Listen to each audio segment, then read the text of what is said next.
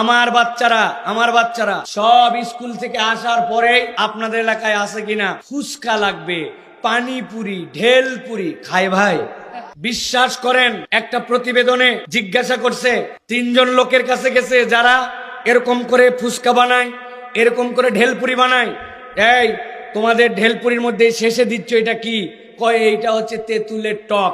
তেঁতুলের টক ছাড়া এগুলো একটা আইটেমও মজা লাগে না, ঠিক কিনা?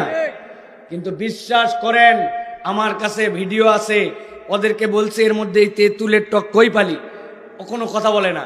শেষে বলছে যে এটা তেঁতুলের টক না, এক ধরনের কেমিক্যাল পাওয়া যায়, ওই কেমিক্যাল কিনে আমরা ওইটা গুলালে তেঁতুলের মতো টক টক লাগে। কোথার থেকে কিনো? মিটফোর্ড থেকে কিনে। পরে ওরা যোগাযোগ করছে যে কি জিনিস যেটা দিলে তেঁতুলের মতো হয়। পরীক্ষা করে দেখে মানুষের কিডনির ভিতর দিয়ে আল্লাহ রাব্বুল আমিন সিস্টেম করে রেখেছেন, আমি পানি খাই, জুস খাই, তারপরে আমি যে জিনিসই খাই সবগুলা ফিল্টার হয়। ফিল্টার হওয়ার পরে আল্লাহ রাব্বুল আমিন ওটার রক্তের অংশ রক্তে পাঠায় দিয়া আপনাকে আমাকে সচল রাখেন, আর উচ্ছিষ্টটা প্রস্তাব দিয়ে বের হয়ে যায়। এটাই কিডনির ফাংশন। ওই কিডনি যদি কারো ফেল হয়ে যায় তখন তার ডায়ালাইসিস করা লাগে, জানেন তো না? কিভাবে করে? এইখানে একটা মেশিন লাগাই দেয়, ছোট্ট ফুটা করে রগের। আমাদের তো অলিন্দ দুইটা, একদিক দিয়ে যায় আরেক দিক দিয়ে বের হয়, দুইটা এরকম কেমিক্যাল সহ লাগায়। ওই লোককে তখন বলে দেয় প্রতিদিন 200 গ্রামের বেশি পানি খাওয়া যাবে না, এই খাওয়া যাবে না, সে খাওয়া যাবে না, চার্ট দেওয়া থাকে। কেননা ডায়ালাইসিস করে তার প্রস্রাব পরিষ্কার করা লাগবে।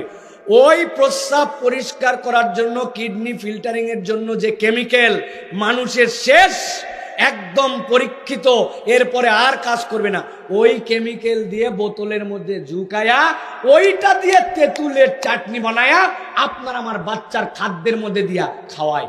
বলেন এইটা খাওয়ার পরেও আমরা বাইসে আছি, সুস্থ আছি, আমি ভাইকে চিনতে পারতেছি, উনি আমাকে চিনতেছে, সাইফুল্লাহ ভাই, এই তো বেশি কথা বলেন। তাহলে এই যে আল্লাহর কৃতজ্ঞতার 2টা লেয়ার আছে। একটা, আল্লাহ সুস্থ রেখেছেন, আলহামদুলিল্লাহ।